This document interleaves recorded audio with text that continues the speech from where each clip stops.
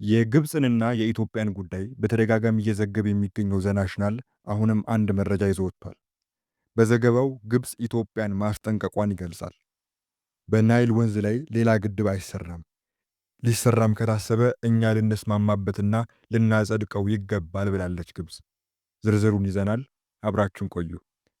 የግብፅ ውጭ ጉዳይ ሚኒስትር ግብፅ በናይል ላይ ሊደረግ የታሰበ አዲስ የግድብ ግንባታን አትፈቅድም ብለዋል።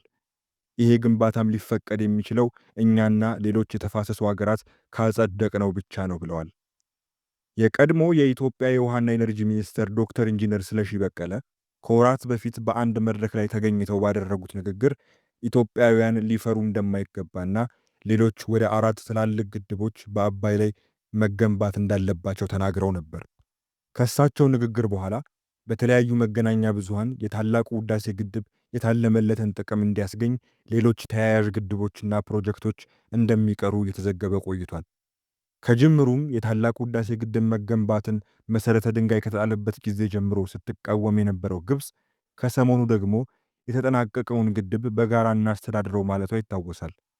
ዘናሽናል ይዞት የወጣው መረጃ ደግሞ ግብፅ እየተወራ ያለው የሌሎች ግድቦች ጉዳይ በእጅጉ እንዳሳሰባት ነው። የግብፅ የውጭ ጉዳይ ሚኒስትር ባድር አብደላቲ ሌላ ግድብ ለመስራት እንዳታስቡ ብለውም አስጠንቅቀዋል። እሁድ ዕለት ለአንድ ሰዓት በሳውዲ ኔትወርክ ላይ በተደረገው ቃለ መጠይቅ ላይ ሐሳባቸውን ያጋሩት የውጭ ጉዳይ ሚኒስትሩ ግብፅ አሁንም ሰላማዊና ዲፕሎማሲያዊ አማራጮችን ለመጠቀም ቁርጠኛ ናት ያሉ ሲሆን ነገር ግን የውሃ መብታችን ስጋት ውስጥ ከገባ በተገቢውና በጠንካራ መንገድ መልስ እንሰጣለን ብለዋል። በአዳዲስ ግድቦች መሰራት ላይ ትኩረታቸውን ያደረጉት የውጭ ጉዳይ ሚኒስትሩ ከቅድመ ስምምነትና ንግግር ውጪ የሚሰሩ አዳዲስ ግድቦች የግብፅ የአጸፋ መልስ ይጠብቃቸዋል ብለዋል።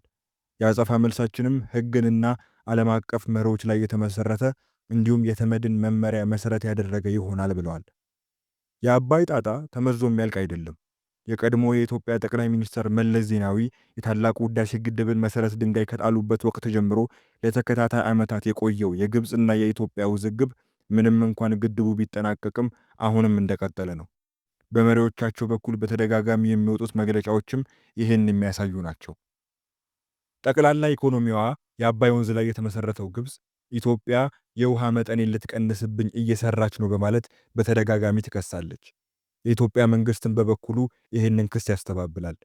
ኢትዮጵያ ውሃዋን ተጠቅማ ራሷን ለማልማት እንጂ ማንንም የመጉዳት ሐሳብ የላትም በማለት የግብፅን ክስ በተደጋጋሚ ውድቅ አድርጓል። ባድር አብደላቲ በቃለ መጠይቃቸው ላይ እንደተናገሩት ግብፅ ከኢትዮጵያ ሕዝብ ጋር ችግር የለባትም፣ ይልቁንስ የሚያሳስባት የኢትዮጵያ መንግስት እርምጃዎች ናቸው ብላለች። ግብፅ ከተፋሰሱ ሀገራት ጋር ጥሩ የዲፕሎማሲያዊ ድሎችን እያገኘች እንደሆነ የሚናገሩት ባድር አብደላቲ የናይል ተፋሰስ ኮሚሽን የሚል አዲስ ስራ መጀመራቸውን ገልጸዋል። ይህ በእንዲህ እንዳለ በቀጠናው አለሁ እያለች ያለችው እስራኤል ሶማሌላንድን እንደ ሀገር የመቀበሏ ጉዳይ ግብፅን ጀምሮ ከተለያዩ አካላት ተቃውሞ እየገጠመው ነው። አፍጋኒስታንን የሚያስተዳድረው የታሊባን መንግስት እስራኤል ለሶማሌላንድ የሰጠችውን እውቅና አውግዟል። የአፍጋኒስታን ውጭ ጉዳይ ሚኒስትር የእስራኤል ውሳኔ እስላማዊ ሀገርን ለመከፋፈል ያለመ ነው ሲል አውግዞታል። ሚኒስቴሩ ባወጣው መግለጫ ውሳኔው ዓለም አቀፍ ሕግን የጣሰ ነው ያለ ሲሆን በቀጠናው መረጋጋትና ሰላም ላይ አሉታዊ ተጽዕኖ ይኖረዋል ብሏል። እስራኤል ባለፈው ሳምንት አርብ ዕለት ለሶማሌላንድ የሉዓላዊ አገርነት እውቅና ሰጥታለች።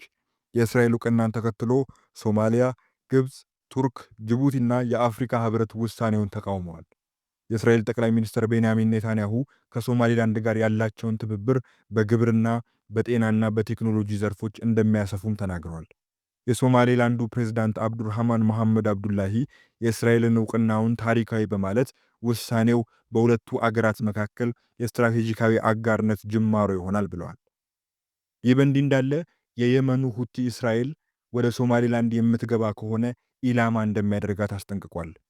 የየመኑ ሁቲ አማጽያን መሪ እስራኤል ወደ ሶማሌላንድ የምትገባ ከሆነ እንደ ወታደራዊ ኢላማ እንደሚቆጥራት ማስጠንቀቁን የፈረንሳይ ዜና ወኪል ኤኤፍፒ ዘግቧል። አማጺ ቡድኑ እሁድ ዕለት ባወጣው መግለጫ ለሶማሌላንድ የአገርነት እውቅናን የሰጠችው የእስራኤል በሶማሌላንድ ውስጥ የምትገኝ ከሆነ እንደ ተገቢ ወታደራዊ ኢላማ በመቁጠር ጥቃት እንደሚፈጽም አስጠንቅቋል። በሶማሌላንድ የሚኖረን ማንኛውንም አይነት የእስራኤል እንቅስቃሴ ለወታደራዊ ኃይላችን ስጋት ስለሚሆን እንደ ወታደራዊ ኢላማ አድርገን እንቆጥረዋለንም ብሏል። የቡድኑ መሪ አብዱል ማሊክ አልሁቲ እሁድ ዕለት ባወጣው መግለጫ የእስራኤል በሶማሊላንድ መገኘት በሶማሊያና የመን እንዲሁም የቀጠናው ደህንነት ስጋት መሆኑን ጠቅሶ አስጠንቅቋል። እስራኤል አርብ ዕለት ሶማሊላንድን እንደ ሉዓላዊ ሀገር እውቅና በመስጠት ቀዳሚዋ ሀገር ሆናለች። የቡድኑ መሪ በመግለጫው የእስራኤል ውሳኔ ከባድ መዘዝ እንደሚያስከትል አስጠንቅቆ ለሶማሊላንድ የሰጠችው እውቅና በሶማሊያና በዙሪያዋ ባሉ አፍሪካውያን እንዲሁም የመን፣ ቀይ ባህርና በቀይ ባህር ዙሪያ ባሉ ሀገራት ላይ ያነጣጠረ ጠብ አጫሪነት ነው ብሏል። ከ3 አስርተ ዓመታት በላይ እውቅና ለማግኘት ስትጥር የነበረችው ሶማሊላንድ በኤደን ባህረ ሰላጤ ወሳኝ ስፍራ ላይ ትገኛለች። የቀጠናው ፖለቲካ ተንታኞች ሶማሊላንድ ከእስራኤል ያገኘችውን እውቅና ተከትሎ የመን የሚገኙትን የሁቲ ታጣቂዎች በቀላሉ ማጥቃት የሚያስችላትን ወሳኝ ስፍራን በቀይ ባህር ላይ ያስገኝላታል ሲሉ ተናግረዋል። ሁቲዎች ከመስከረም 26 2016 ዓ.ም የሐማስ ድንገተኛ ጥቃት ወዲህ በእስራኤል እንዲሁም በቀይ ባህር ላይ በሚንቀሳቀሱ የንግድ መርከቦች ላይ ተደጋጋሚ ጥቃት ፈጽመዋል።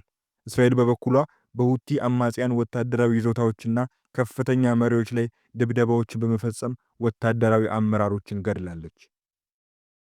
ከዚሁ ዜና ጋር በተያያዘ ቢቢሲ ይዞት የወጣው ሌላ ዘገባ ቻይና በጸጥታው ምክር ቤት ከሶማሊያ ጎን እንድትቆም ኤርትራ መጠየቋን ይነግረናል። የተባበሩት መንግስታት የጸጥታው ምክር ቤት በሶማሊላንድ እውቅና ጉዳይ በሚያደርገው ስብሰባው ላይ ቻይና የሶማሊያን ሉዓላዊነት እንድትከላከል ኤርትራ ጠይቃለች። ቻይና እስራኤል ለሶማሊላንድ የሰጠችውን እውቅና ከታይዋን ጋር በማመሳሰል ምክር ቤቱ የማያወላውል ምላሽ እንዲሰጥ የሚጠበቅባትን የሞራል ኃላፊነት እንድትወጣ ኤርትራ ጥሪ አቅርባለች። የኤርትራ የማስታወቂያ ሚኒስትር እሁድ ዕለት ባወጣው መግለጫ እስራኤል ለሶማሊላንድ የሰጠችው እውቅና ቀጠናዊና ዓለም አቀፋዊ አደገኛ ቀውስና ብጥብጥ ለመፍጠር ለረጅም ጊዜ ሲብላላ የቆየ ጉዳይ ነው ብሎታል። ስለዚህም በተባበሩት መንግስታት የጸጥታው ምክር ቤትና በአባላቱ ደረጃ የማያሻማ ምላሽ የሚያስፈልገው ጉዳይ ነው ብሏል መግለጫው። ከዚህ አንጻር ይህ ጉዳይ ከታይዋን ጉዳይ ጋር የሚመሳሰል በመሆኑ ህዝባዊት ሪፐብሊክ ቻይና ከምታራምደው አቋም አንጻር ያለባትን ሞራላዊ ኃላፊነት መወጣት ይጠበቅባታል ስትል ኤርትራ ቻይና በጸጥታው ምክር ቤት ውስጥ የሶማሊላንድን እውቅና የሚቃወም አቋም እንድታራምድ ጥሪ አቅርባለች።